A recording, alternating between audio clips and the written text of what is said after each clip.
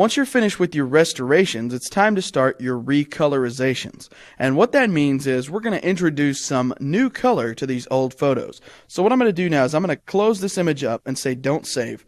Then I'm going to come back into my project files folder. I'm going to select photorecolor.psd. Now this is a photograph that I've already retouched. As you can see, several of the dust and scratch marks have been removed and the tonality's been adjusted and things like that. So this is a photograph that's ready to be recolored. This is a very popular thing nowadays for people to recolor old photographs.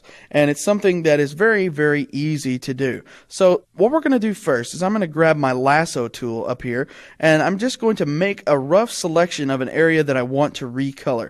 So for instance, if I want to recolor this lady's dress right here, I'm just going to make a rough selection. Mind you, this does not have to be precise whatsoever, simply because we're going to be using an adjustment layer to work with this, so we'll always be able to go in and clean it up at a later time by utilizing the layer mask of the adjustment layer. So I'll just make a rough selection of her dress like so, and then I'm going to come in here to the adjustment layer icon, and I'm going to choose hue and saturation.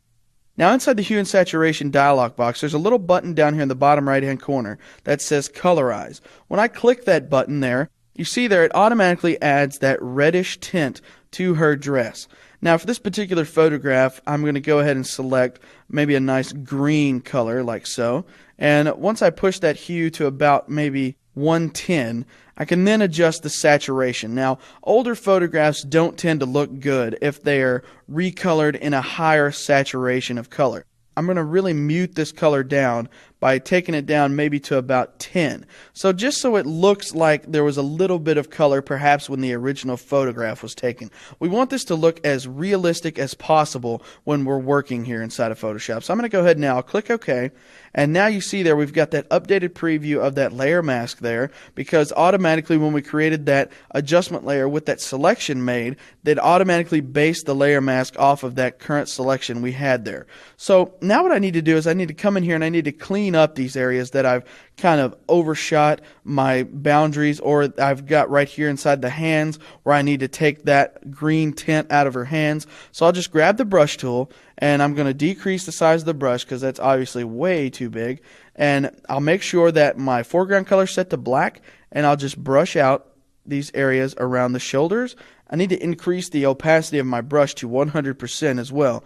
I'll brush out these areas around the shoulders and around her arm and different areas like this. Now, when you're doing this, of course, you would be a lot more precise than I am. I'm just doing this basically for the purposes of demonstration, but you could come in here and really zoom in tight and really tweak these areas of color in here just to make sure that you don't overshoot the edges and encroach on different areas that you don't want to have that color in them. Now for the hands, I'm just going to come in here and I'm just going to paint out that green tint from the hands. There's no real trick to that, just painting it out just like I would any other spot like that. And once we've done that, we'll go ahead now and we'll zoom back out. And now let's talk a little bit about the skin tones. That's probably the most difficult thing in photo restorations to get correct, is the skin tones. The skin tones are really difficult because a lot of times people oversaturate the skin tones. People tend to look extremely orange or oversaturated, really unrealistic. Well, one of the great things about being able to edit in this way is the ability to change opacity and all these different things with the adjustment layer. So that's what we're going to utilize this time, is the opacity to really dial in those skin tones. So the first thing I'm going to do is come down here to the adjustment layer icon. I'm going to create a new hue and saturation adjustment layer. And this time I'm going to go into the colorize options here, and I'm going to pick a hue that really represents some skin tones here. So I'm going to just push it maybe in the realm of the oranges, maybe around 35, something like that. And I'll even saturate this up quite a bit so I can get a full saturated preview of exactly what this is going to look like. So I can adjust this any way I need to push it more towards the reds or more towards the yellows. I'm going to leave it probably right around 40 for now. And now I can also dial back the saturation when I'm happy with that. And pretty much I'm wanting to tone these down quite a bit like I did the color of her dress as well. And then I can also come in here and I can lighten them up a little bit, or I can darken them simply by controlling that little lightness slider down there. So this is probably a good base for creating my skin tone. If I even want to push the saturation up just a little bit more, go ahead now and I'll click OK. Now I'm going to invert this layer mask by using Command or Control I on the keyboard, and then I'm going to grab my brush tool and I'm going to make sure that my opacity is turned down to about 30%. Let me zoom in here so we get a better idea of what's going on in the photo. Now I'm going to start brushing in these areas by switching my foreground color to white, and I'm just going to brush in some light areas of skin tone here on this lady's face. So by doing this, I'm just introducing the lightest amount of color in here just so I can get the appearance that she has a little bit of color in her face.